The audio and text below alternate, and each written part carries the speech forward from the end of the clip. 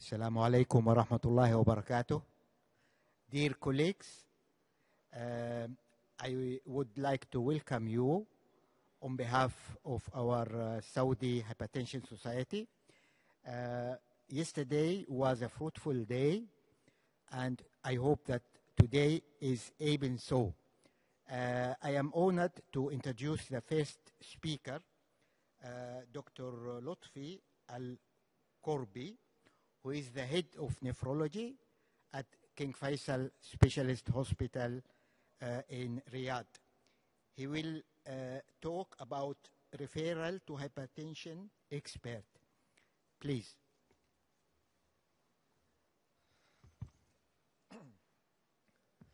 Assalamu alaikum. Good morning, everybody. Is my voice is clear? Or is it? Can I use this?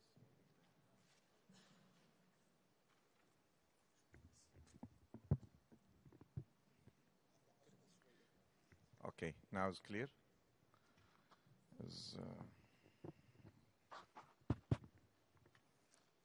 Because I have to move, so maybe the port of this one is.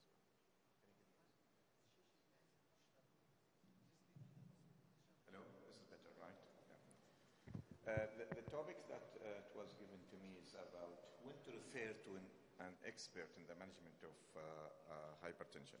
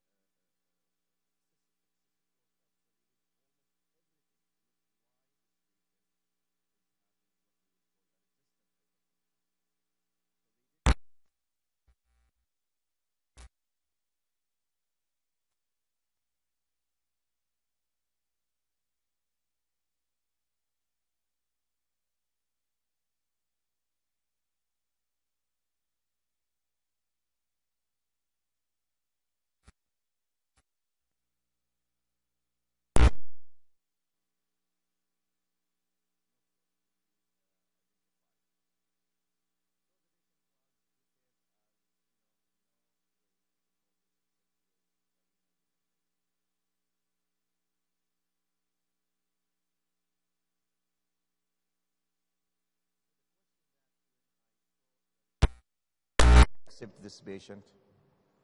What I'm going to do with this patient? They did almost everything. They couldn't control him. What I would have done different from them. And of course, that is a tertiary care hospital that I know it's really a very good hospital, so there's no question about it.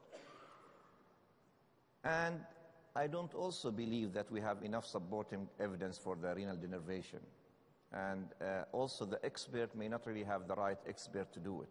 Yes, our radiologists can do it, but we are not doing it as a routine. But the second thing, I believe that we have enough medication to control everybody on hypertension. Why we have a patient sometimes is not controlled. And all the workup which was done there was negative. So am I going to repeat the workup that was done there?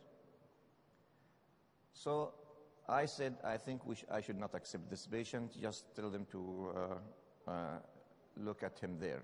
I'm not having anything extra. And then I said, let me ask the expert here. And the expert with me was Dr. Othman Al-Freh. So he said, no, you should accept this patient. Okay, so I wasn't convinced that I will add anything, honestly, and everything. He said, no, accept this patient. Let's see what's going on with him. So we accepted the patient. So the patient came to our hospital in 5 medications. Blood pressure is very, very high, 165/105. I wasn't on the surface that time. So after a week, I asked about the patient, and they said the patient is discharged on 1 medication. I said, what happened? How come a patient on 5 medication uncontrolled, and he's discharged on Amlor with a blood pressure of 135/85? And as simple as that. What happened?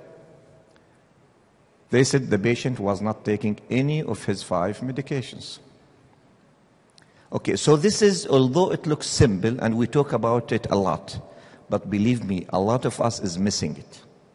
We know non-adherence is a problem, but we don't really know how to discover it. How can we know whether the patient is taking the medication or not? This patient on 5, but he was not taking it. So all the workup which was done for him, although it's important, but was unnecessary. It would not have been done if somebody's really counseled this patient and talk about one of the most common cause of uncontrolled hypertension, which is really non-adherence. So we need many experts, not only for the difficult cases, but believe me, even a simple case like this does not really, you need really an expert to know that this is really a cause of uncontrolled hypertension.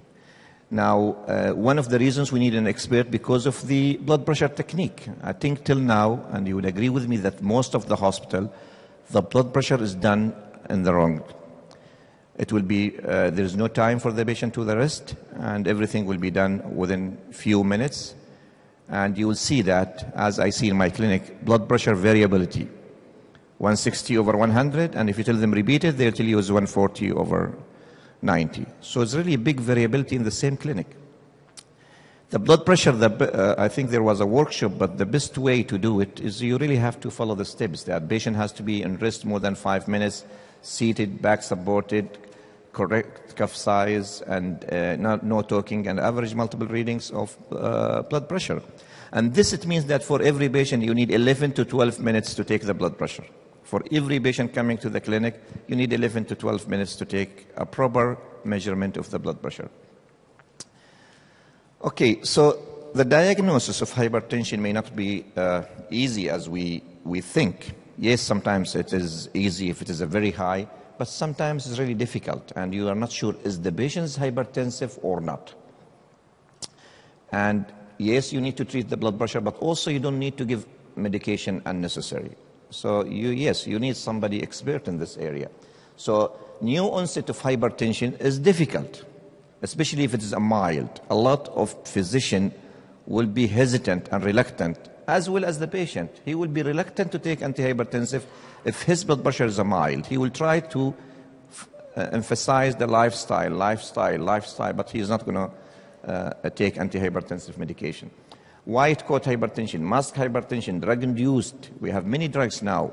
The treatment would be easy just to stop the drugs. right? One of them is non-steroidal anti-inflammatory drugs, but also the new oncology medication, anti-VEGF, tyrosine kinase. Those is one of the common medication that can cause hypertension, and the treatment will be only stopping the drug. Okay, hypertension in the elderly. So we still have physician accept a higher blood pressure in the elderly, and of course, as I mentioned, blood pressure variability. So you'd have, as an expert, he has to screen for a white coat hypertension. Now, white coat is around 20% of the hypertension. And I think all the new guidelines emphasizing about the home blood pressure monitoring or the ambulatory blood pressure monitoring. Otherwise, you will really miss. And if you will ask, I think majority of the physician is doing only a clinic blood pressure monitoring. So it's difficult to exclude the white coat hypertension without doing home or ambulatory blood pressure. Okay, those are the medications that we sometimes forget to ask the patient whether he's taking these medication or not, because these medication could be the cause of the hypertension, and you really need to go over them one by one. Is the patient taking any one of them? This could be the treatment of this patient, not really the antihypertensive medication. Just stopping the drug that could contribute to the high blood pressure. Okay, and of course, we always, as a physician, has no time to spend to discuss the non-pharmacological therapy for the hypertension, although they are very important. And you can really see that they're really as good as any antihypertensive medication. And in fact, some of them is even better than antihypertensive medications. So those we really need to spend time to discuss it with the patient as a very important measures to control the blood pressure, especially if the patient is really having a mild hypertension. This could really stop us from adding antihypertensive medication if it could be followed. Now, when the question came to me, the expert, I said, okay, let me go back and who's the expert, by the way? What do we mean by the expert?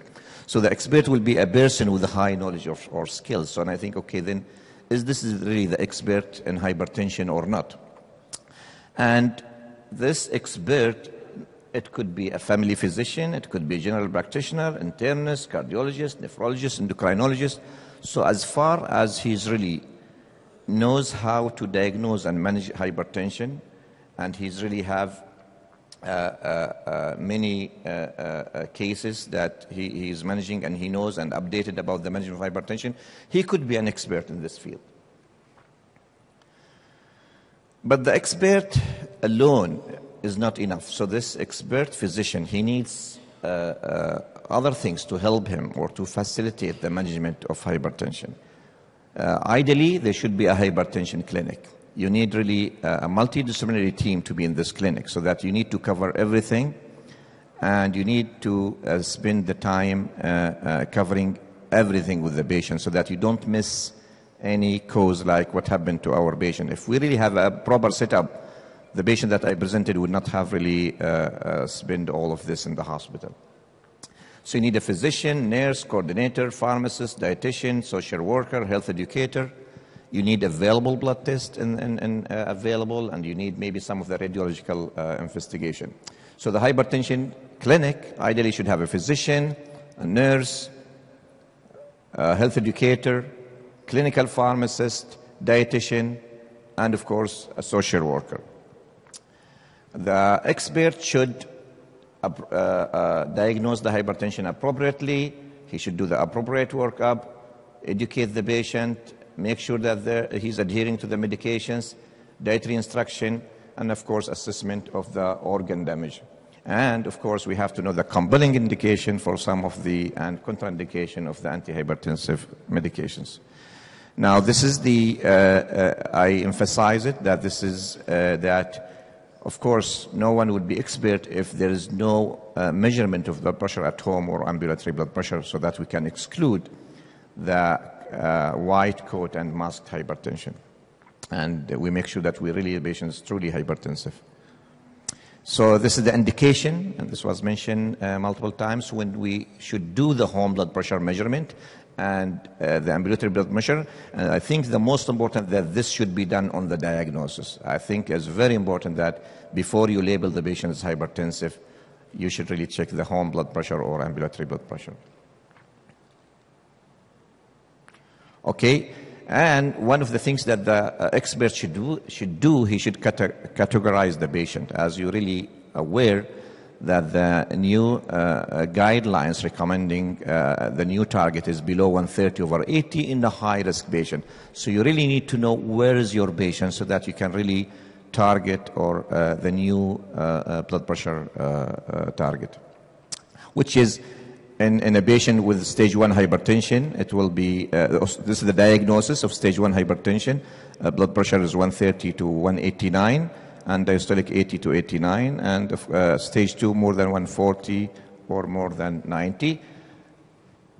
And this is the ambulatory or home blood pressure measures.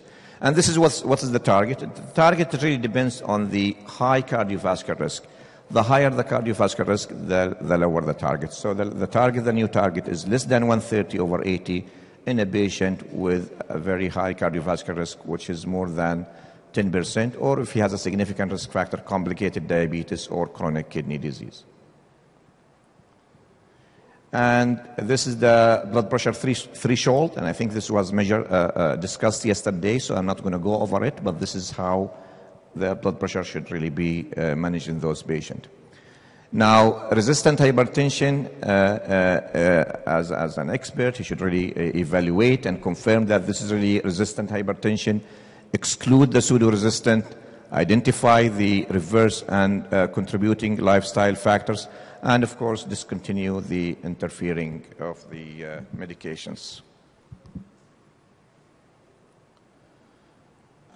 Screening for the secondary cause, some of the experts could have a facility to do the screening. You don't need to refer if you can do that. And of course, starting the pharmacological treatment and refer to the specialist in some of the rare cases. Now, so expert should know how to diagnose and manage hypertension, but at the same time, he should know when to refer to the specialist. And when I saw this word, I think we have two things. We have expert and we have specialist. Those two words, we are using them often, but I think we confuse between them. So what is the difference between an expert and specialist? In the guidelines, they always say refer to a specialist, not an expert. And the specialist, the difference between the specialist and expert is the specialist, he's really specialized in an area. For example, nephrologist, cardiologist, endocrinologist. So they really get a certificate, very specialized in this area. The expert, he doesn't need to be specialized. He doesn't need to be certified in this to be really an expert. So you will say, I am referring my patient to a specialist cardiologist, but not an expert cardiologist. The expert is something that maybe the patient can say it based from their experience or their evaluation of the physician. But the physician is really a specialist more than an expert. So we always say those patients that we need to refer to a specialist if you really need to do. Now, this is, for example, a case of 57-year-old man admitted with pneumonia, and he has basically a resistant hypertension. He has... Sorry, Dr. Lotfi, yeah. Can you conclude 2 minutes? In 2 minutes? So this is a resistant hypertension that need to be referred. And this is the case with a high blood pressure in a patient with chronic kidney disease that also need to be referred. And this is the case in a patient with hypertension and hypokalemia. Those three cases, they need a specialist to be referred to. Okay, so one of the hypertension and hypokalemia may be to the endocrinologist, hypertension and kidney disease to endocrinologist, and resistant hypertension, it depends on the workup, but it could be a nephrologist, cardiologist, or endocrinologist. So when to refer to the specialist, malignant hypertension, resistant hypertension, suspected secondary hypertension, or others, hypertension and pregnancy. So those are the three cases that need to be, or three scenarios that need to be referred to a hypertension specialist. So what the hypertension specialists do is that if there are no workup for a secondary causes is really still there, and we need to screen in some of the patient if you really have a suspicion, and we shouldn't really miss a secondary cause. We diagnose many patients with primary hyperaldosteronism, and they were cured with just adrenalectomy. So that's really secondary is a treatable disease, not just on antihypertensive medications. Those are the common causes of a secondary. We need to focus on the common causes, which is the kidney disease, renal vascular disease, primary aldosteronism, obstructive sleep apnea. Those are really the common, and we have also common diseases. Thank you very much for your attention. Thank you, Dr. Lutfi. We'll have a discussion at the end of the session. We'll go ahead to the second speaker. I would like to introduce my colleague, my co-chairman, Dr. Nabil Al-Najjar, who is known in the Jeddah community, very interested in diabetes. Thank you, Professor Abhamid. It's my honor and privilege to co-chair this session. I'd like to present Professor Hussam Junaid. He's a consultant of internal medicine in King Faisal Specialist Hospital in Riyadh. And he's going to present about hypertension and obesity. These are twin diseases that come together, and I would like to hear from you. Please. Thank you. Thank you, Mr. Chairman. I would like to thank the organizing committee for inviting me and giving me this opportunity. Good morning, everybody.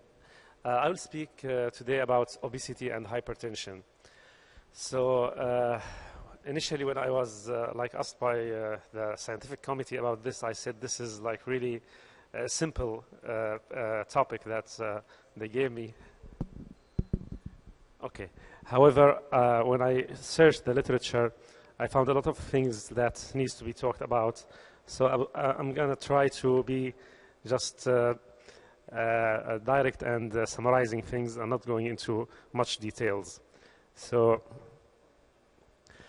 I will go over a few things about obesity and epidemiology and about hypertension, and then the relationship between both of them, and then about the metabolic syndrome, which is related to both of them, pathogenesis, and a few words about management of obesity-related hypertension. So this is an very old slide, actually, before the invention of the iPads and all the electronic games, the days of the TV. When, nowadays, and even in the last few decades, there has been really an epidemic of obesity related to two main factors all across the globe, which are sedentary lifestyle and overeating. And last night we enjoyed actually the dinner in a nice restaurant, Italian restaurant. Dr. Ashurafa invited us and took us there, Shams, and it was very nice food. It's very difficult for me, it was very difficult to resist eating and overeating with all high carb diet that was. And this is not an this is an example of how really even people who know about diet and conscious about diet, but sometimes when you see the nice food, you cannot resist. Even though it wasn't like kebsa and the rice, but there was a lot of carbohydrate there. Right.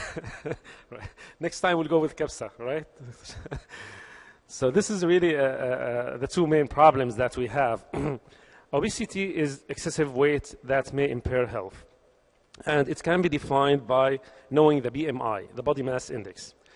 And the normal for the body mass index is less than 18.5. The underweight is less than 18.5. The normal weight is 18.5 to 24.9. The overweight is 25 to 29.9. And then you have the obesity when it's between 30 to 34.9, which is obesity grade 1. Then grade 2, and then the morbid obesity, which is more than 40. My voice is clear, right?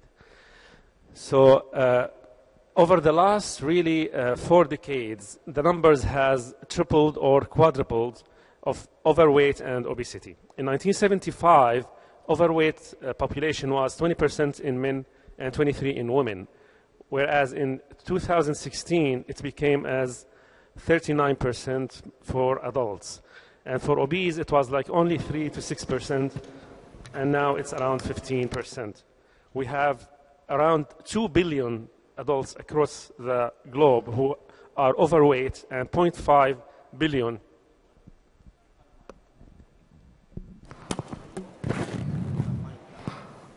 Okay. Is it better? Ah, much better now. Okay. كان هذا ما أحطها شوي بس شيل هذه خلاص شكرا. So we have around 2 billion adults worldwide. Is it good or it has to be? No.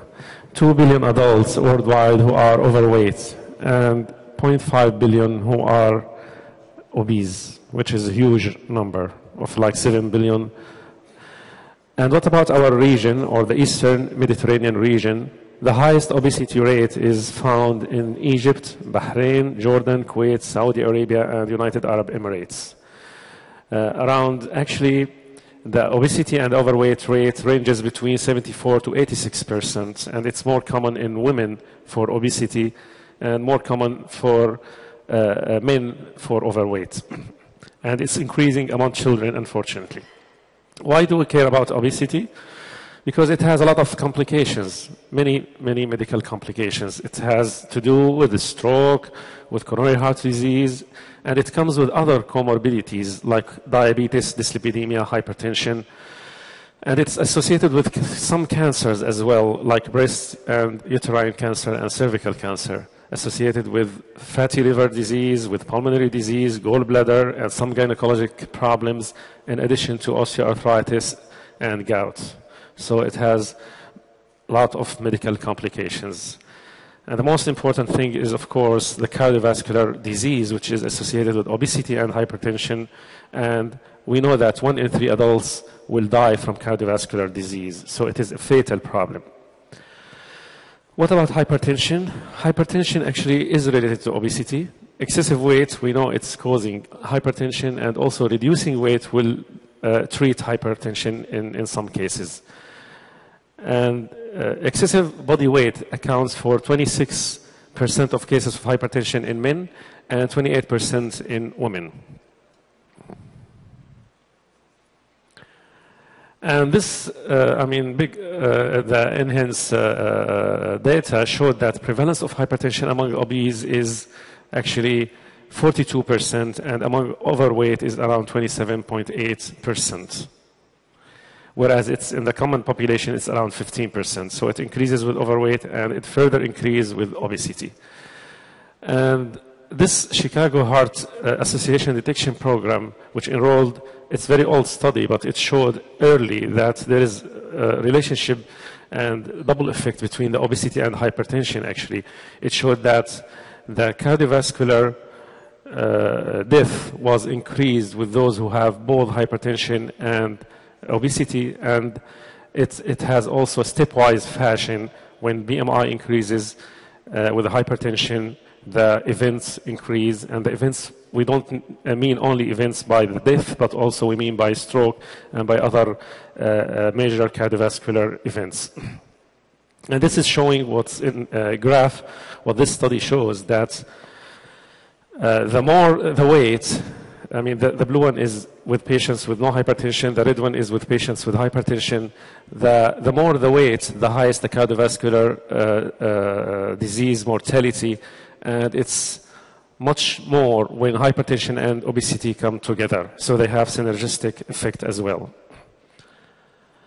Not only hypertension, but also with weight change, other diseases also increase, like the coronary heart disease, the cholelithiasis, and the type 2 diabetes, as well known. This is the same. And we know now that it's really one disease. At the center or at the corner of the pathogenesis of the disease is mainly insulin resistance. And this starts early here on the far end of the slide. There is genetic susceptibility associated with nutrition, overeating, obesity, and inactivity or sedentary lifestyle. When all of these come, that will lead to the metabolic syndrome, which is manifested by high blood pressure, high blood sugar, and abnormal lipid panel and obesity. And that if there is no lifestyle changes at this stage, that will lead to impaired glucose tolerance, and that will go on to diabetes, and that will go on to complications of diabetes, and that will lead eventually to death. Metabolic syndrome, it's really not a disease. It's like a constellation of risk factors that we have to work on. But it's considered as an entity, recognized, well recognized. And what it means is that we have to focus really on all the risk factors that the metabolic syndrome have. The cornerstone of metabolic syndrome is increased central weight circumference, which means central obesity. And it is usually associated with high fasting glucose, high triglyceride, low HDL, and high blood pressure. And at the center of this, as I mentioned, is the insulin resistance. There are many definitions of metabolic syndrome. However, the one with which the ATP define it is with 3 out of 5 components of those 5 components, which is high blood pressure more than 130/85, fasting glucose more than 110 milligram per deciliter, high triglyceride and low HDL, and of course high waist circumference. How obesity can lead to hypertension? Many actually theories and many mechanisms, which not all of them are well proven. However, I mean, there are some studies to support this. At the center, as we mentioned, is insulin resistance or hyperinsulinemia. Also, there is a role of leptin. There is a role of the sympathetic nervous system activity, which is increased, and renin-angiotensin-aldosterone system activity, which is also increased, and also increased salt sensitivity in most of the obese patients, which will lead to renal sodium reabsorption. How hyperinsulinemia will lead to hypertension? It will increase sympathetic activity, it will lead to volume expansion, and endothelial dysfunction and upregulation of the angiotensin II receptors, and it will decrease cardiac natriuretic peptide, and it might be associated with the genetic susceptibility. Also, in many obese patients, they have obstructive sleep apnea because of the obesity, and that per se might lead to hypertension, or it's one of the causes of secondary hypertension that Dr. Okurbi was talking about. And it has also some mechanisms playing a role in this, including activation of the sympathetic nervous system, enhanced aldosterone levels, and increased levels of endothelin by repeated episodes of hypoxia. What about leptin? Leptin increase in patients who are obese. It's actually it's increased because of the increased fat mass, and that leptin will go to the brain, and it will increase the feedback, leading to increased renal sympathetic activity, and that's the major role for causing hypertension. It will affect also the thermogenesis and the food intake, and it will also lead to vicious circle of continuous obesity. How do we treat obesity? So how do we treat obesity, and then how do we treat hypertension related to obesity? This lecture is not about treatment of obesity because it's about hypertension. However, I mean, we cannot emphasize less on lifestyle. This is something we have to advocate to ourselves, right, Dr. Shurafa? And to everybody else, and to patients, and to everybody. So lifestyle means diet, exercise, behavioral and behavioral changes, and then if failed, we go to medications, and then eventually some patients will need bariatric surgery. So if you want to go to this is actually was thinking about this dilemma. If you want to go to diet, then we have to classify food into 4 categories: food which is good for you but tastes bad, or bad for you but tastes good, like yesterday meal, or makes you fat and ugly, or eat it and die. So there is no good food. Of course, you always find a good food. This is a joke. And when we say when we mention diet to patients, I mean it doesn't mean that you deprive yourself of everything. That means to be really balanced in your diet. That means that you don't overeat, and also make good balance between all nutrients of diets. As simple as that. It doesn't mean that you have to go into long fasting. It doesn't mean that you have to deprive yourself of everything. And you can use even traditional food, but make it more healthy. Less salt in the diet, less carbohydrate. But you can eat what you enjoy eating, really. But be cautious about the components and be cautious about the amount. So this is, I think, the simplest advice that I always like to emphasize on my with my patients. So low in calories, balanced in fats and carbohydrates. The DASH diet, there are many studies regarding DASH diet and hypertension. Mediterranean diet, also many studies about the usefulness of Mediterranean diet and its good effects on the cardiovascular outcome. Exercising at least, of course, 30 minutes per day for 5 times per week at least, and the behavioral modification. Of course, many studies showed that weight loss has positive effects on treating hypertension. In one meta-analysis, it showed that the reduction in hypertension in the systolic and diastolic will be around 4.4 millimeters mercury for each 5 kilograms weight loss. So this is why we always recommend weight loss for overweight patients. There are other studies showed that the mortality was lowest among patients who have BMI between 22.5 to 25 kilograms per meters square. There is one study which is more recent showed that actually the mortality was less in the slightly overweight patients. Okay, so obesity definitely is associated with the problems, but the overweight actually, there are conflicting data between what's the best really weight for you. Is it the ideal body weight, what we call ideal, or slightly overweight? I think the jury is still there. However, definitely reducing your weight or maintaining ideal body weight or stabilizing your weight is the key in improving the blood pressure. There are medical treatments also for obesity. However, many of them, they have side effects, and unfortunately, the weight loss that you gain with lifestyle and medications, also you lose it over time. For example, of the bariatric agents, many of them work on different mechanisms, orlistat, acarbose. Some of the medications which are used in diabetes treatment, they are used. Yeah, is something. It's working. شغال. Okay.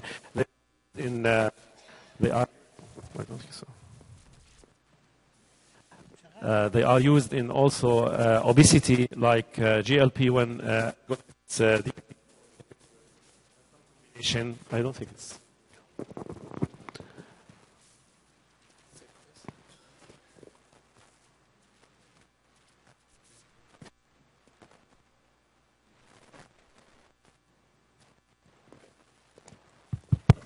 Let's try this.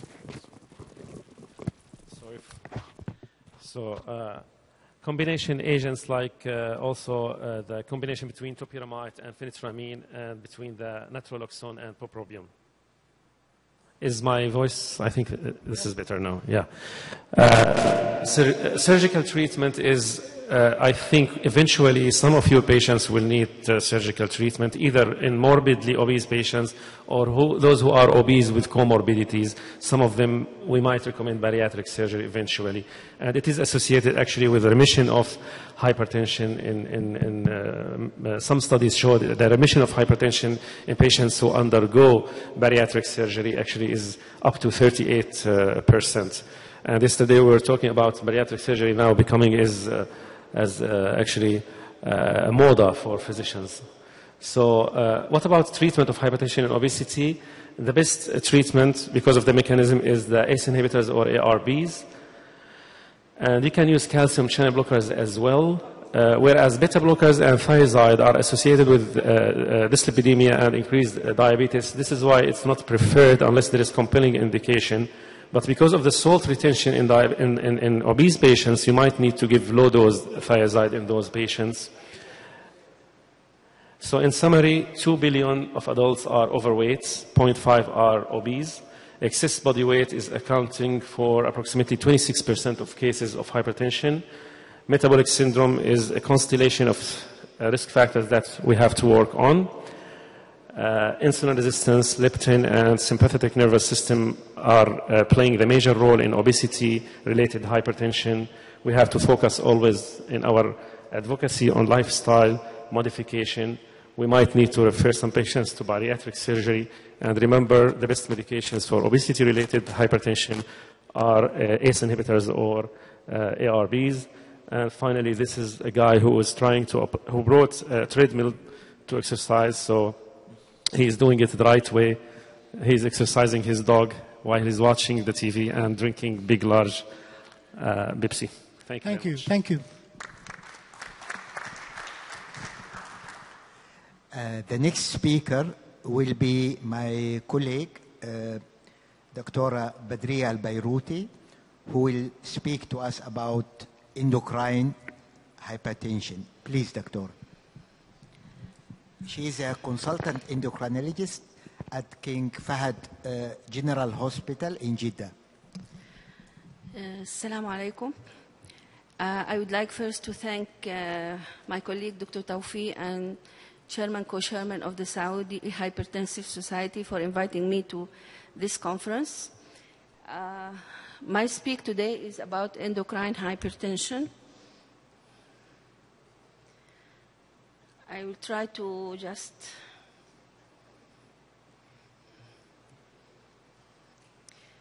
As we know, endocrine hypertension is type of secondary causes of hypertension or resistant hypertension, constitute 3%.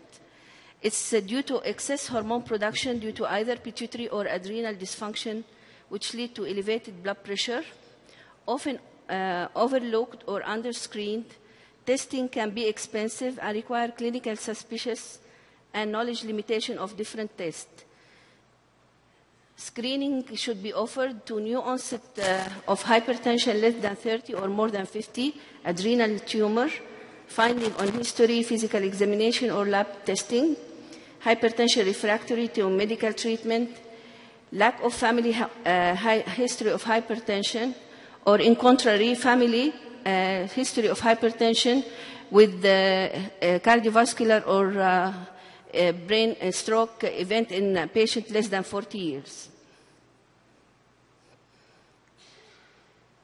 Causes, most common causes, primary aldosteronism, which constitute almost about 10 to 14%, pheochromocytoma, less than 1%, Cushing syndrome, also less than 1%, acromegaly, usually due to growth hormone secretion causing sodium retention, severe untreated hyperthyroidism, mainly systolic hypertension, or hypothyroidism, diastolic hypertension, primary hyperparathyroidism due to hypercalcemia role in, usually due to hypercalcemia, metabolic syndrome as mentioned by my colleague, and also we don't forget the oral contraceptive pills. Other type of endocrine hypertension, we have primary adrenal hyperplasia, glucocorticoid remediable aldosteronism, familial hyperaldosteronism, pseudo-hypoaldosteronism type 2, Gordon syndrome, which is different than the others, hypertension, hyperkalemia, Liddell's syndrome, apparent mineralocorticosteroid excess, and licorice ingestion. Primary aldosteronism, just shortly, is described by, in 1955 by Jerome Cohn, which is American a doctor at University of Michigan. It's a group of disorder in which aldosterone production is inappropriately high, relatively autonomous secretion and non-suppressed by sodium loading, causing cardiovascular damage, hypertension, renal suppression, sodium retention, potassium excretion that if prolonged and severe may lead to hypokalemia. All we remember this picture, the secretion of the hormones from the adrenal cortex. We have the aldosterone from zona glomerulosa, cortisol from zona fasciculata, and androgen from zona reticularis. and our major group, the catecholamine from the medulla. This is shortly, we remember renin-angiotensin-aldosterone system, which is renin stimulated by any decrease in glomerular blood flow, which causing stimulation of renin from juxtaglomerular apparatus, which will act on angiotensinogen to transfer angiotensin 1 to 2, which will exert its action on the kidney and restore the blood pressure, causing, due to water and salt retention, and once recorrected, inhibitory effect to suppress the secretion. Causes primary aldosteronism, usually commonly caused by aldosterone-producing adenoma, which is 30 to 60%, and ACTH responsive mainly 80 to 85, and renin responsive 15 to 20. Idiopathic hyperaldosteronism 40 to 70%, primary adrenal hyperplasia less than 2%, bilateral macronodular adrenal hyperplasia less than 2%, aldosterone-producing adrenocortical carcinoma less than 2%, ectopic aldosterone-producing tumor less than 0.1%, and familial hyperaldosteronism less than 2%. Clinical presentation mainly moderately to high blood pressure but rarely malignant, hypokalemia less than 3.5 and 50% of adenoma and 17% in hyperplasia, metabolic alkalosis, slight hypervolemia but no edema. There is always hypomagnesemia as well, and muscle weakness when severe hypokalemia, and increased cardiovascular risk, stroke, MI, or AF. This is differential diagnosis. I will not go through. The scenario for diagnosis for primary aldosteronism, we will see decreased plasma renin activity less than 1 nanogram per ml per hour, increased plasma aldosterone concentration more than 15 nanogram per deciliter with a ratio more than 20. This is how we diagnose it. If both are high with a ratio less than 10, it's usually due to secondary causes, and if both suppressed, usually due to mineralocorticoid excess.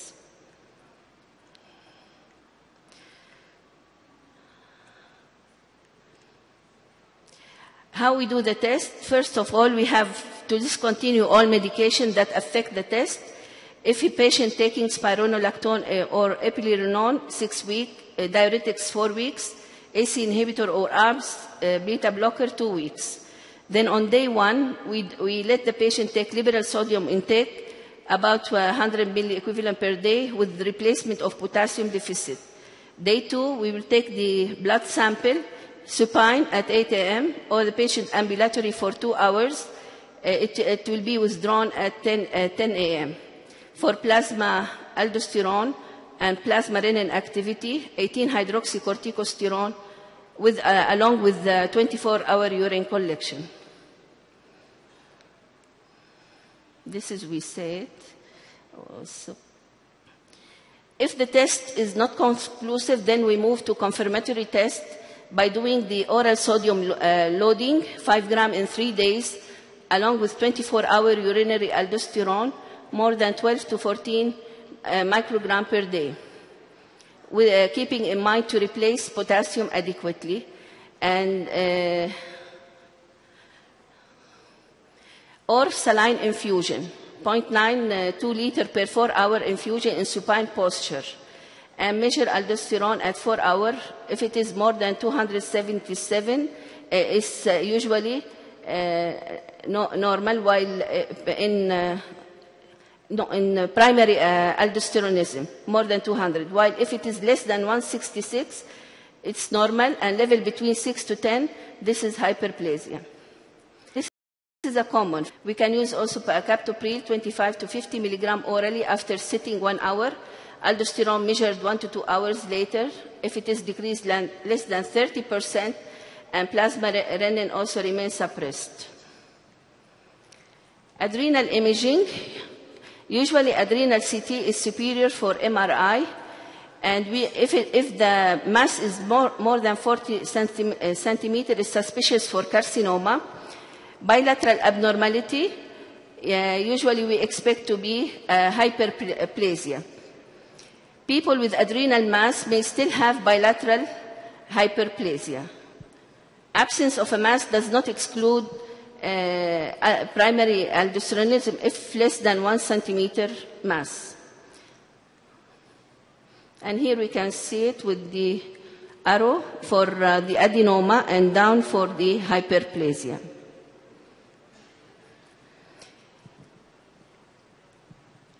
Is imaging alone good enough? Comparing with venous aldosterone venous sampling, CT imaging was either inaccurate or provided no additional information in 68% of the patients with primary aldosteronism. Usually, if it is inconclusive, then we proceed to adrenal vein sampling. Why we do it? To distinguish between adenoma and hyperplasia, usually done under ACTH infusion, looking for localization of aldosterone increase. Very useful with when no abnormality seen on imaging or bilateral nodules. It requires experienced angioradiologist. Complication rate is less than 2.5% with hematoma or hemorrhage and adrenal vein dissection or renal vein thrombosis. Need certain centers to do surgery without sampling in patients less than 40. Usually they use it. ACTH can be given as bolus, 250 microgram versus infusion with 50 microgram per hour. And then we calculate aldosterone-cortisol ratio post-ACTH between each side. If unilateral 4:1, this is adenoma, less than 3:1 bilateral disease. For glucocorticoid remediable aldosteronism, it's type of familial hyperaldosteronism, autosomal dominant. There is excess production of aldosterone in response to ACTH, caused by chimeric gene duplication. There is always family history of all early severe hypertension less than 20 years or hemorrhagic stroke in patients less than 40 years. Genetic testing by southern blot or long PCR reaction more reliable than dexamethasone test. There is familial hyperaldosteronism type 2. It's also autosomal dominant, less than 2%, not suppressed by dexamethasone as it is not ACTH dependent. GRA mutation testing is negative. It could be associated with aldosterone-producing adenoma or idiopathic hyperaldosteronism or both. Linkage to chromosome 7p22 has been described in many families. Treatment is always surgery for aldosterone-producing adenoma or primary adrenal hyperplasia, aldosterone-producing adrenal carcinoma, or aldosterone-producing ovarian tumor. Medical therapy is used for idiopathic hyperaldosteronism or glucocorticoid remediable aldosteronism. Treatment goals usually to normalize blood pressure, correction of hypokalemia, decrease or eliminate the deleterious effect of increased aldosterone on the heart and kidney. Patients with hyperaldosteronism are more likely to have left ventricular hypertrophy, stroke, MI more than other hypertensive patients. And this action mediated by mineralocorticosteroid receptor in the heart, brain, and blood vessels. There is increased urine albumin excretion compared to other hypertensive patients.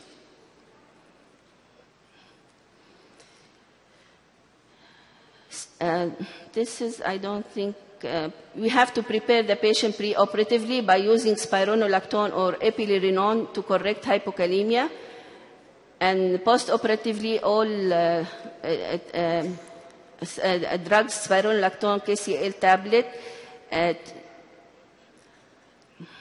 are discontinued. Check plasma aldosterone concentration 1 to 2 days after OR. Monitor serum potassium weekly for 4 weeks. We use short-term fludrocortisone and sodium-rich diet to reduce hyperkalemia due to hypoaldosteronism as a result of chronic suppression of renin-angiotensin axis. Reduced dose of antihypertensive treatment. Factors that influence outcome of surgery: response to aldactone producing adenoma in 89%, age less than 44 or more than 44, duration of high blood pressure less than 5 years versus more than 5 years, presence of or absence of family history of hypertension, use of more than 2 antihypertensive agents, renal function if there is associated increased serum creatinine.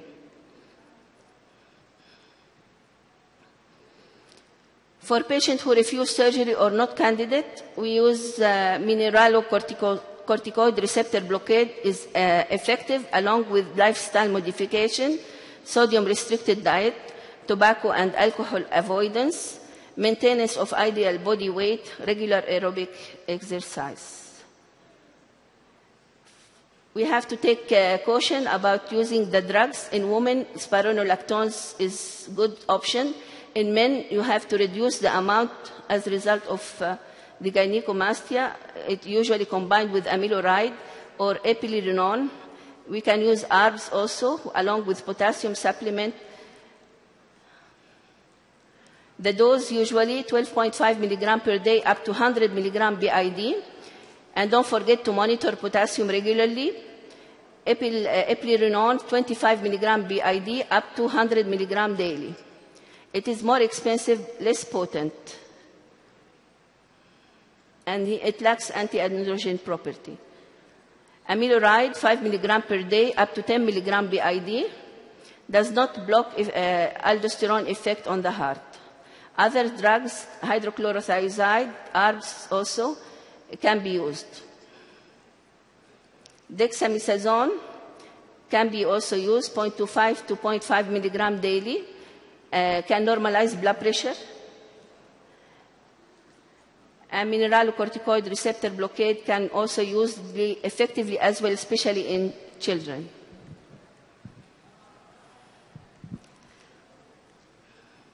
Second, the common cause is pheochromocytoma. Usually it is less than 1%, described by a German pathologist in 1912. It is catecholamine-producing tumor. It could be intraadrenal or extraadrenal, other type ganglioneuroma, or neuroblastoma, which is more common in children. Could be adrenal or sympathetic chain. 2 minutes more. It is equal in male and female, affecting from 3rd to 5th decade. It's characterized by spells of severe hypertension, hypertension 90%, headache, perspiration, palpitation, along with pallor, lack of all three, especially the headache and perspiration, palpitation, usually exclude diagnosis of PHEO. The spells usually take 10 to 60 minutes per duration. Frequency daily to monthly, spontaneous, precipitated by diagnostic procedure, intra-arterial contrast, drugs like opioid or unopposed beta blockade, anesthesia induction, histamine or ACTH, glucagon and metclopramide. Strenuous exercise, movement that increase intra-abdominal pressure, lifting or straining, and micturition. Clinically associated also with post-orthostatic hypotension, mechanism usually due extracellular fluid volume contraction, loss of postural reflexes due to prolonged catecholamine stimulation, and tumor release of adrenomedulline, which has vasodilatory neuropeptide.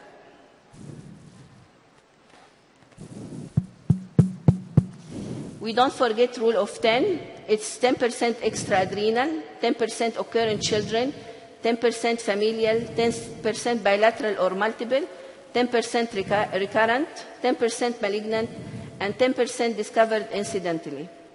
It's part of the MEN syndrome. How we diagnose it? Usually by 24-hour urine collection for creatinine, catecholamine, metanephrine, vinyl mandelic acid. But mainly now it's creatinine, catecholamine, and metanephrine in urine. Positive result, increased more than 2 to 3-fold, along with plasma, metanephrine. We have to be careful about some drugs that affect the test, like tricyclic antidepressant, monoamine oxidase inhibitor, levodopa, methyl-dopa, labetalol, propranolol, clonidine, illicit drug, ethanol, and sympathomimetic drug. This medication should be held for 2 weeks, as well measure physical stress and obstructive sleep apnea.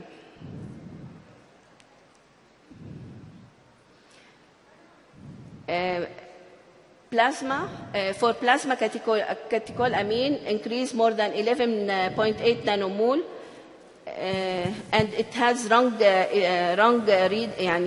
outcome in patients with chronic renal failure or end-stage renal failure. As I said, the plasma metanephrine is the most sensitive, 99%.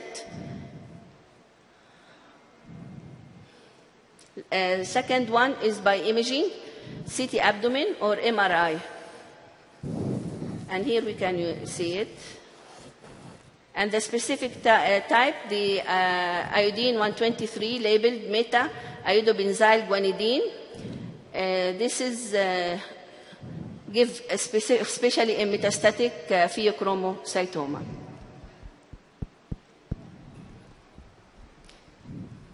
It depends on the facility of the center that you are in. There was before selective adrenal venous sampling, but rarely now required. This used just to avoid inappropriate adrenalectomy.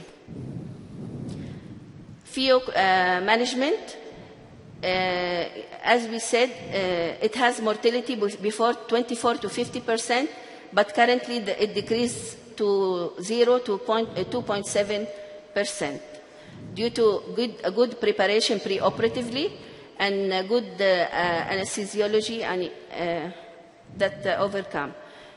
This is the usually workup. We have to do it for each patient. The regimen for blood combined alpha and beta blockade with the famous drug phenoxybenzamine or prazosin, metirocin also, calcium channel blocker. As I said, depends on the availability in the center.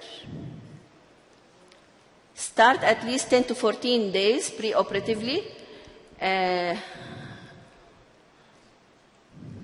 Side effect, orthostasis with dosage required to normalize the blood pressure and reflex tachycardia.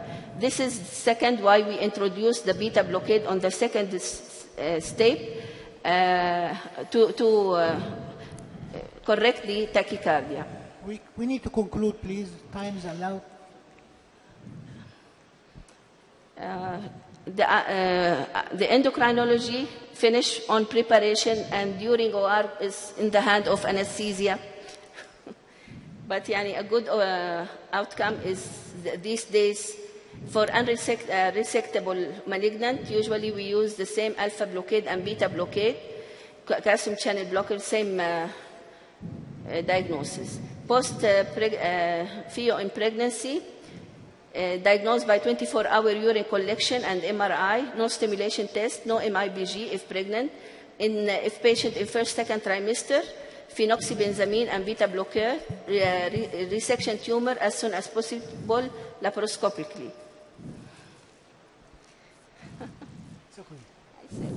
We'd like to thank you for your elegant presentation. And now we're moving to the last presentation in this session. It will be presented by Professor Abdulqayyum Ansari, consultant of endocrinology at International Medical Center in Jeddah. Okay. Dr. Abdelkawi has been very active in presenting for multiple endocrine disease and hypertension diabetes. He will present today some of his case studies. First of all, thank you for your invitation. And actually, away from the lectures, I will just ask some questions about some cases, and I hope you can answer.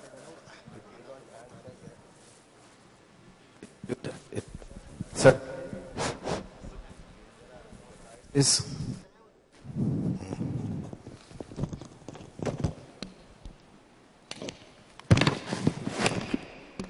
if you don't answer, there are no prizes, okay? And if you answer, there are no prizes too, but it's fun, you know? That's not.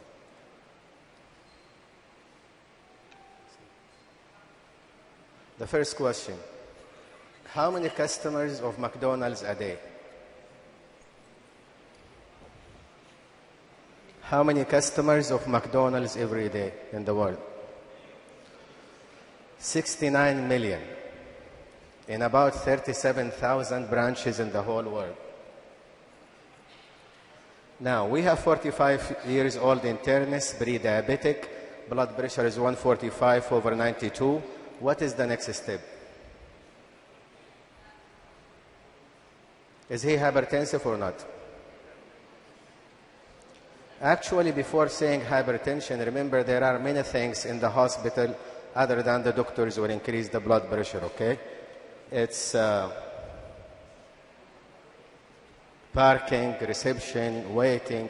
So actually, when you have a reading of high blood pressure, that's high blood pressure. It's not hypertension till you repeat it and it's already well confirmed. Before doing that, we need to ask the patient to sit about 5 minutes, rest, seated position, repeat 2 to 3 times. And actually, in some recommendations, like British recommendation in NICE, they state that you need to measure the blood pressure in both arms.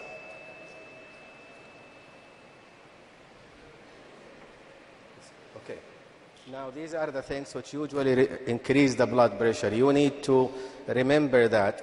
Don't check the blood pressure while your patient already had a coffee less than an hour ago, or smoking, or watch Al Jazeera. You know, all these things will increase the blood pressure for a while. So always just make sure that you are diagnosing the blood pressure in a practical way. By the way, this doesn't work well. So what is the first step in the management of hypertension? Lifestyle modification. Okay. Now, when we talk about lifestyle modification, very simply, it's simple steps but continuous for life. You need to have low sodium, high fruit, low vegetables, okay? This is a daily sodium intake in Canada, for example, the age 19 to 50. Adequate intake is only 500 milligram, and upper limit is about 2,300. What is 2,300? It's 6 milligram. It's about small teaspoon, okay? Or if you want in another currency, this is 2,300.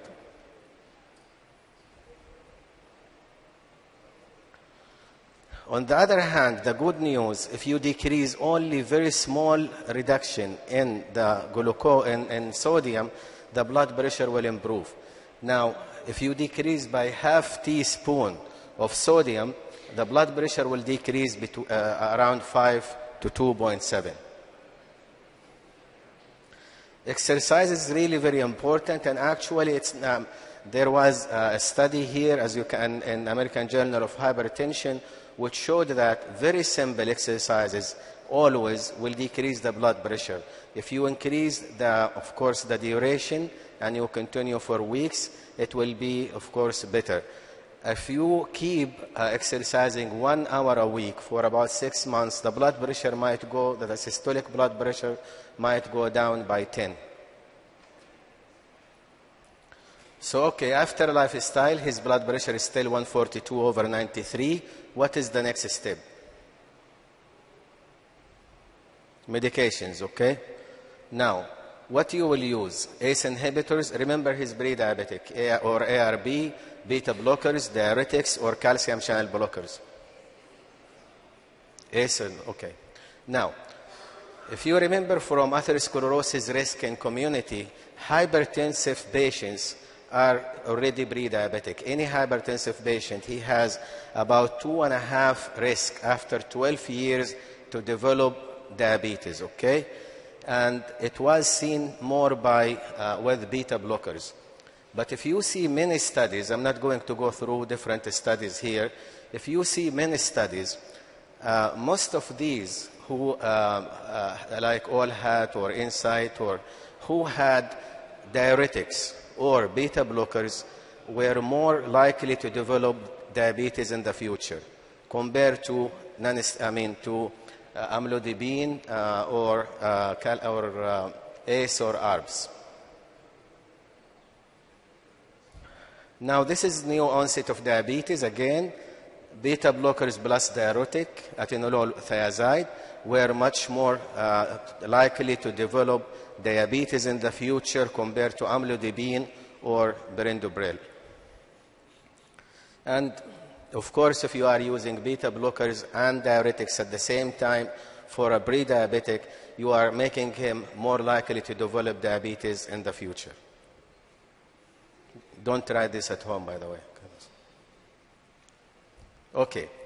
Now, value study is really very important to study. It showed that if you use amlodipine, it's very good for the blood pressure. Also, the valsartan. But valsartan decreased the risk of developing diabetes in the future by about 23%, which means, again, ARB decreased the risk of the future diabetes. So diuretics increase the risk of diabetes, beta blockers increase the risk of diabetes, amlodipine does not increase or decrease, ACE and ARBs decrease the risk of diabetes in the future. So 45-year-old male diabetic, blood pressure 145/92, what is the next step? You will treat or will not treat? Okay. Any diabetic with blood pressure over 140/90, you need to treat.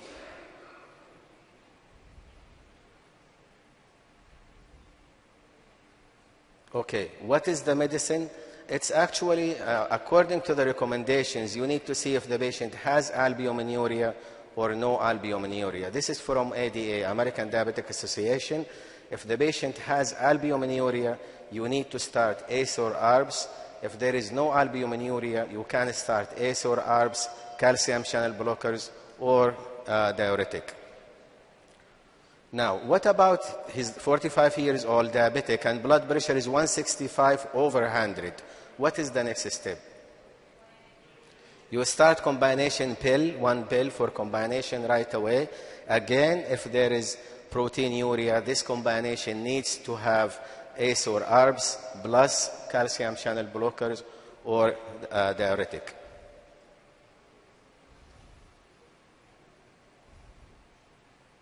This is how the calcium channel blockers and the ARB and ACE inhibitors, they have many similarities and they have some differences. Okay. Now, I'm not going to go through these studies. I know it will go through in many presentations, just to show you that it's very well proven that ACE inhibitors are very effective in preventing complications, especially renal complications in type 1. And in type 2, there is a decreased mortality by life study and ERMA2 and IDENT. Anyway, all these studies will tell you that ARB and ACE inhibitors decrease blood pressure, decrease proteinuria and end-stage renal disease, and also decrease mortality. We're not talking about only the numbers. We're talking about reduction of mortality. ACE and ARBs, both in type 1 and type 2 diabetes, but type 1 has more proof with ACE and type 2 with ARB. And of course, this study would show you there is no big difference on target study, telmisartan 80 milligram to perindopril. Now, anyway, this is Fatima. She's diabetic. She's already on ACE and ARBs. Her blood pressure is 138/89. She's diabetic with no complication. What is your next step? You will add another agent or continue the same?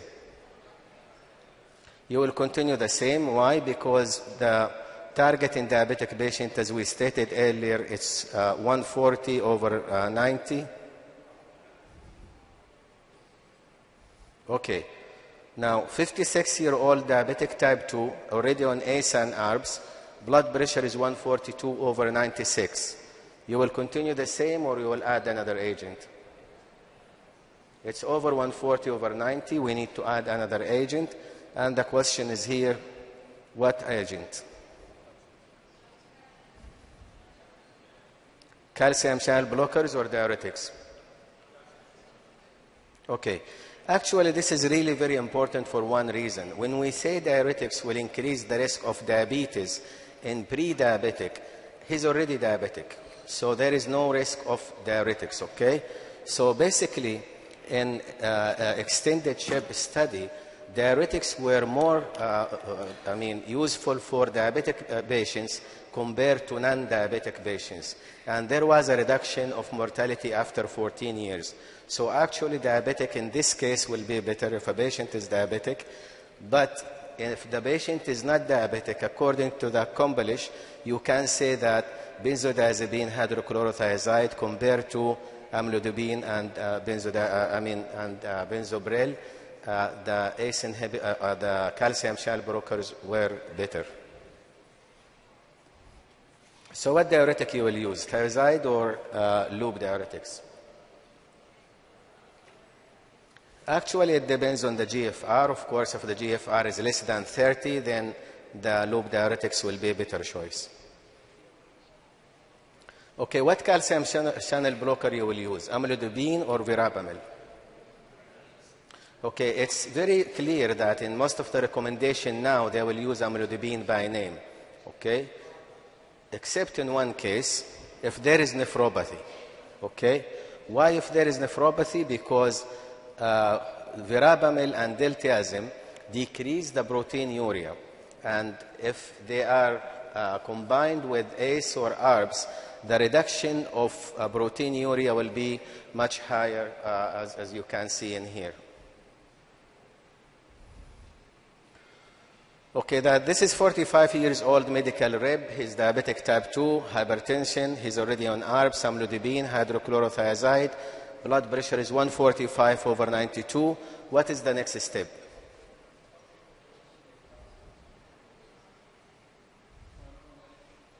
Spironolactone? Okay. Mineralocorticoids, receptor agonist therapy, or spironolactone.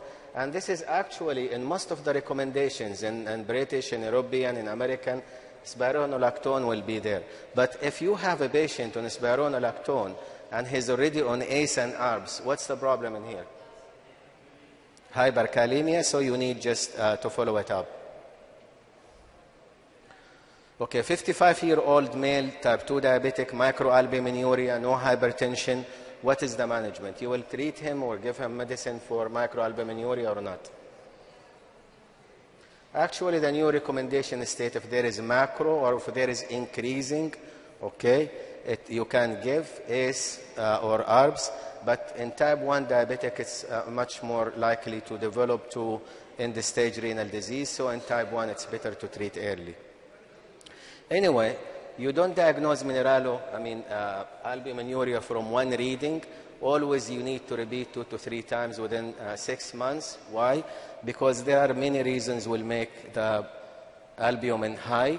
Exercises within the last 24 hours, infection, fever, congestive heart failure, menstruation. So even if there is high albuminuria, you don't diagnose it from one reading. Okay, now we will cross the bridge to another subject, okay? This is 59-year-old male, hypertensive, blood pressure is 145/92, he's not diabetic. What is the next step? The blood pressure repeated many times and he's hypertensive. So what is your first line of treatment in non-diabetic? What's that? Okay. This is the British recommendation, nice recommendation. It's really very nice because it's really very simple, okay? You have A, which is ACE or ARBs, C, which is calcium channel blockers. Now, aged under than 55 years old, okay, should be on ACE or ARBs. And over 55 years old or black patients then should be on calcium channel blockers. And it's the same from the recommendation guidelines from the management of arterial hypertension in European recommendations. Core drug treatment strategy for uncomplicated hypertension, again, ACE or ARBs, and then add calcium channel blockers or diuretics. And if it doesn't, then you can add spironolactone as previous. 1 minute. 2 minutes. Okay. If the patient has coronary artery disease, then ACE inhibitor or ARBs, beta blockers, or calcium channel blockers. So I'm not going to go through these. I'm just telling you that there are different recommendations. Most of the recommendations starts now with ACE inhibitor or ARB. Calcium channel blocker is preferred in elderly population. Diuretics in elderly population if the calcium channel blockers are not tolerated. In case of heart failure, then you can consider ACE or ARBs again, plus diuretic. In atrial fibrillation, of course, beta blockers.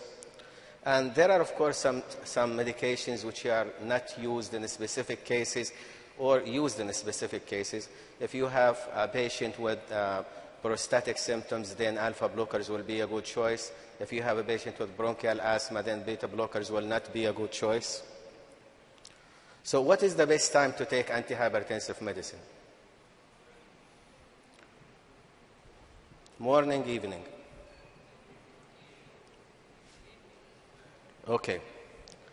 Actually, since 2011, and with a grade A category, it states that the best time for one antihypertensive, in specific for diabetic patient, should be at night, at least one of them. And this is because there is a reduction of mortality when you take it at night. But actually, this is very strange because it's being repeated every guideline, but the practice is still the same. So it's at night. So this is how everybody looks like. They are sleeping, okay.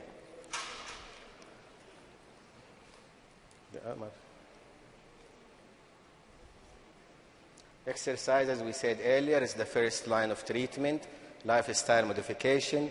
After lifestyle modification, the first line ACE or ARBs. The second, usually diuretic or amlodipine. If they are not controlled, aldactone will be a good choice. After that, if you want to add something, it's related to what the patient has. Atrial fibrillation, beta blockers will be a choice. Prostatic symptoms, alpha blockers will be the choice. If the target blood pressure is 140/90, start two medications together, especially if they are in one pill for the compliance. If the blood pressure 160/100. Prevalence, awareness, and treatment control of hypertension in Saudi Arabia. In a national survey, 37% of hypertensive patients are controlled, which means actually we have a very long way to go. The last question here. So how many customers with McDonald's every day? 69 million. It's already 37,000 branches in the whole world. And thank you very much.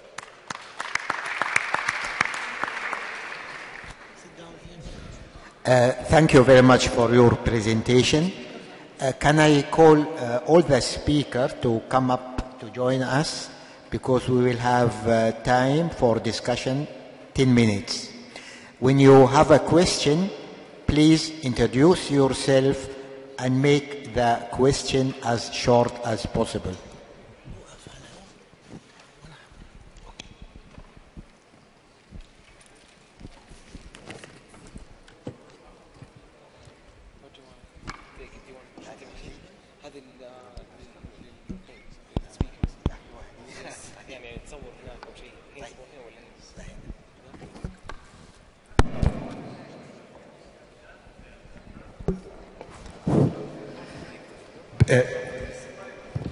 Please, can you give the microphone to Dr. Walid? The microphone for the auditorium.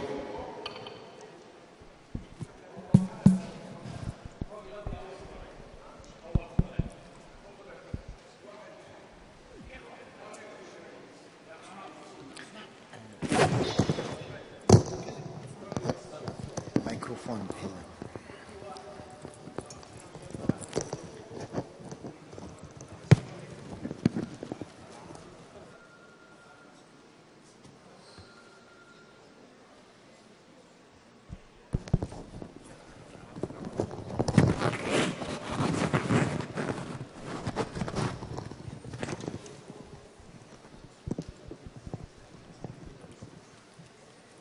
Yes, Dr. Walid Bsata.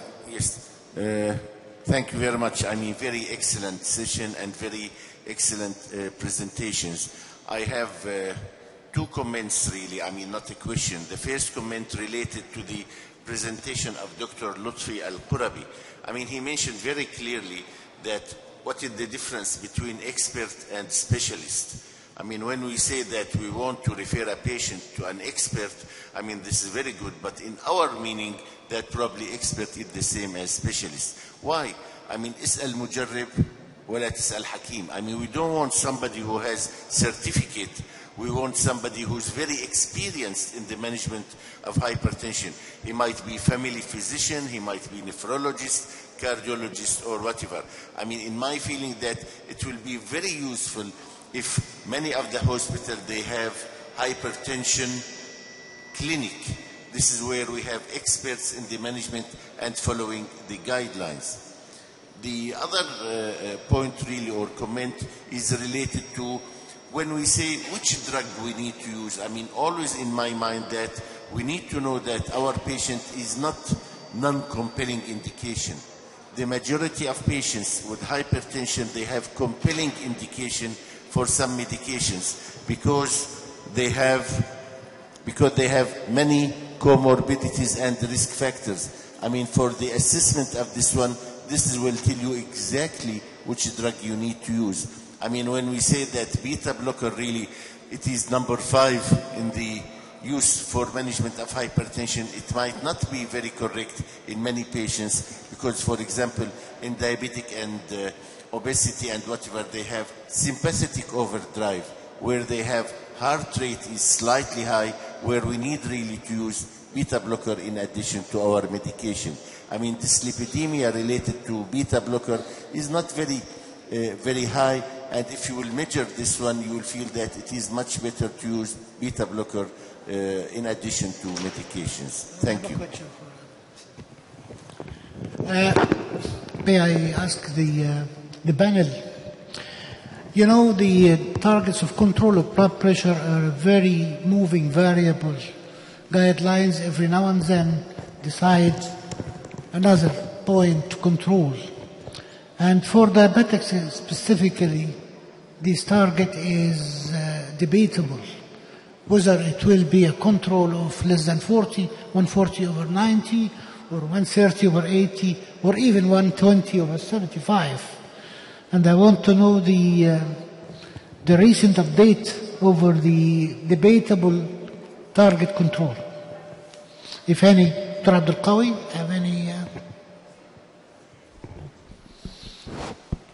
Yeah, I like the definition of expert and specialist, okay? I think expert, the guy who thinks he knows and he doesn't know, okay? But usually, if you have, for example, a case of hypertension, which is complicated, I think it depends on what is the cause. If the patient has a nephrology problem or renal problem, I think he should be referred to a nephrologist.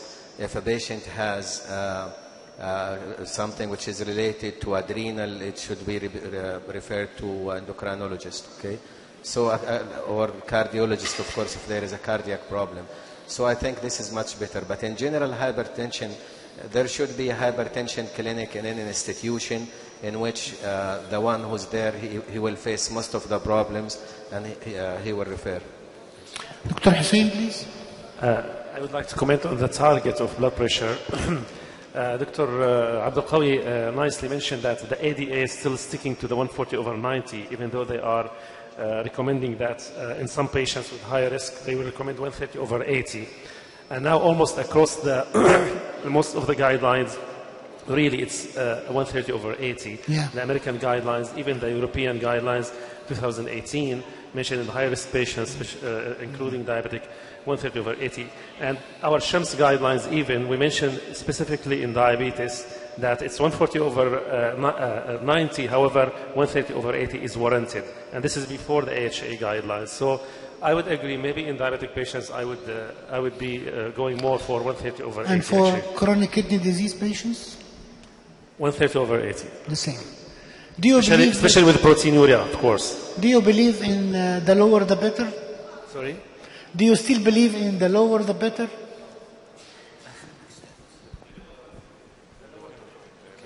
Yeah, I think in diabetic 140/90 is well established for many reasons.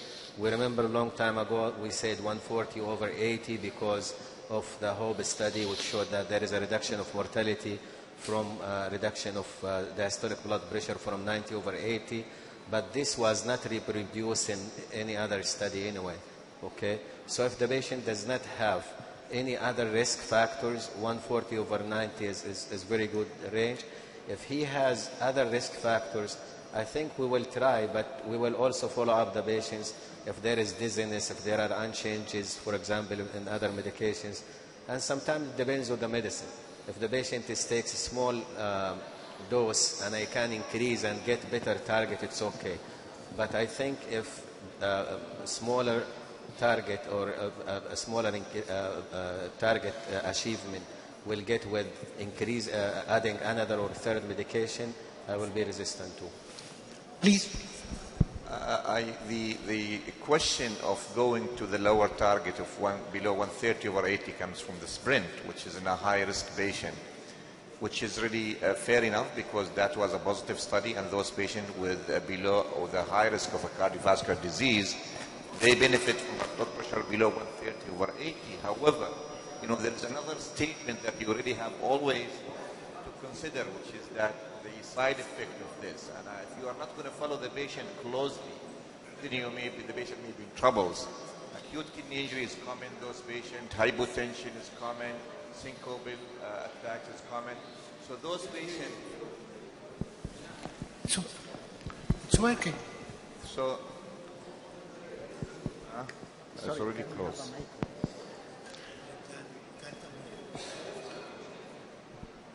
So those patients, if you're really going to go to 130/80, they need to be followed closely for the acute kidney injury, for the hypotension, and the... it's not clear. Can you come here? Thank you.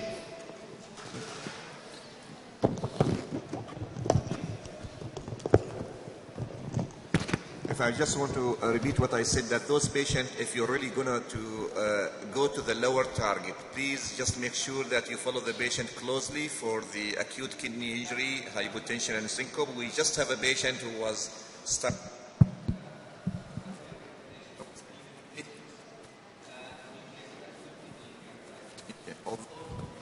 was like 160 or something like that. So this is the one that close monitoring is very important as well. I have a small comment. I found the presentation of Dr. Lutfi very interesting. He mentioned the patients taking multiple medication, but the blood pressure was high. And he was admitted, and we found that he was taking nothing of all the medication. It's important not to prescribe another medication, to ask the patient if he is really taking the medication.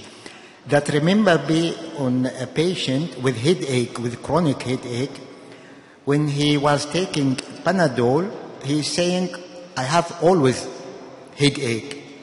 And when I asked him, how are you taking the Panadol? He said, I am putting them under the cover of my head.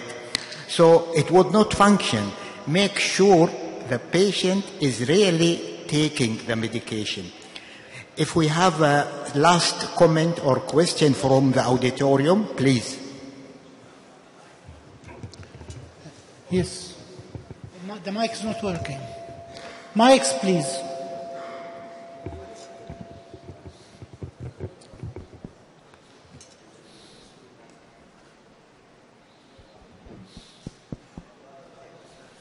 Mike.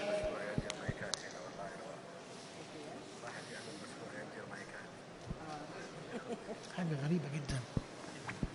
البطاريات.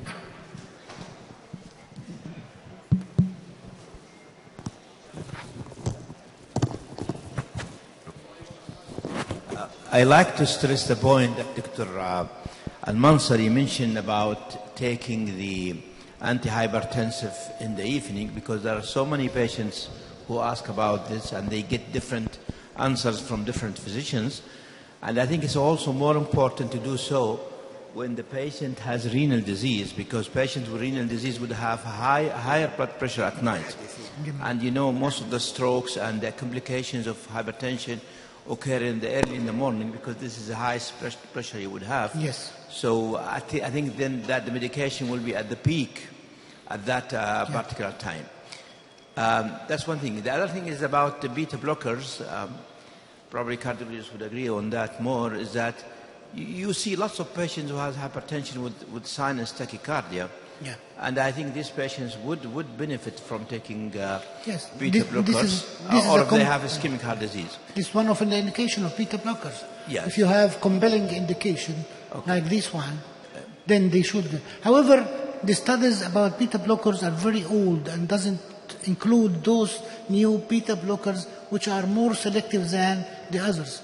And we don't have any recent studies about beta blockers. I think it's money. It's money talks. No, but there are patients who need it, like patients with ischemic heart disease and maybe sinus. Yes, of course. The other thing, as nephrology, we have seen lots of complications in patients who take aldactone with ARB, particularly if the creatinine exceeds 2. They can get fatal hyperkalemia. Yes. So it's very important to know that aldactone, whatever dose it is contraindicated if the creatinine more It's than a 2. red flag. Yes. If creatinine is more than 2, we should not give it. Yeah. Okay, and last question here.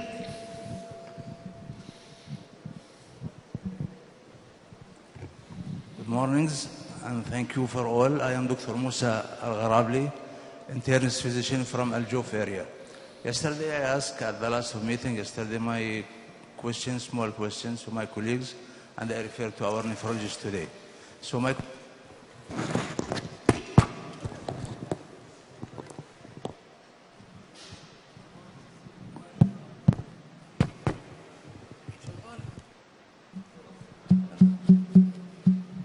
about the combination use of ACE and ARB together in the management of diabetic nephropathy.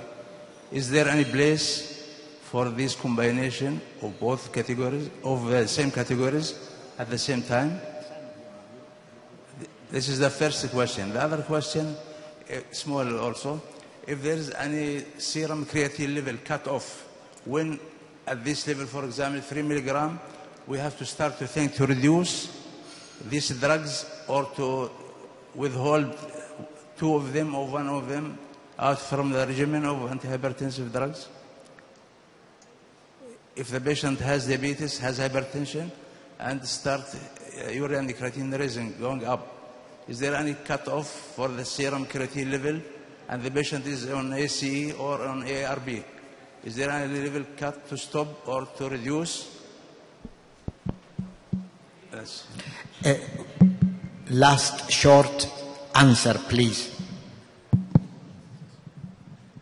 So now there is no rule for the combination of ACE inhibitor and ARB. In fact, all the international guidelines now they're recommending to avoid the combination of the ACE inhibitor and ARB in the management of hypertension.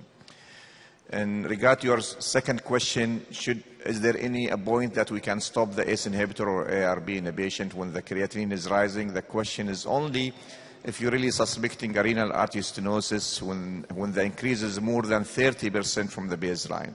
So when we suspect a patient having a more than 30, or when we see a creatinine is increased more than 30%, yes, we stop the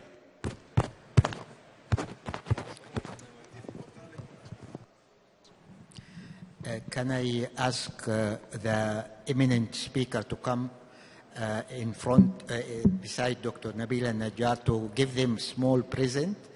And I would like to thank all the contributor, all the speaker for their patience. Please come join us.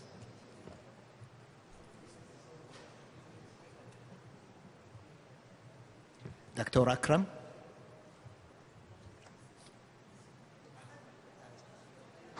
Dr. Lutfi.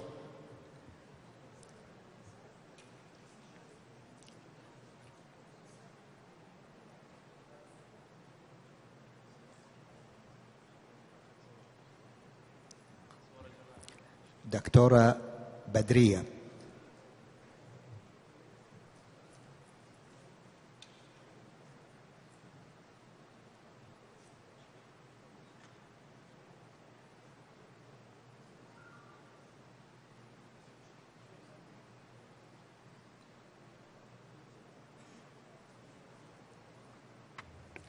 دكتور حسام الدكتور عبد القوي.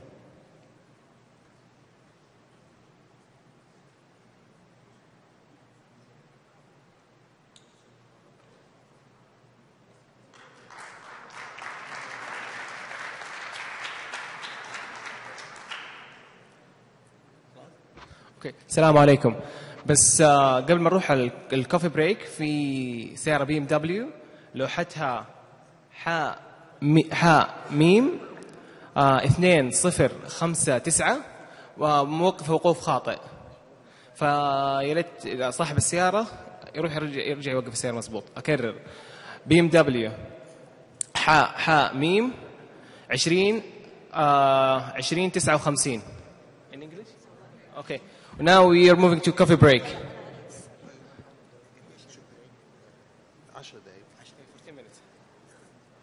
We will have a coffee break for 10 minutes.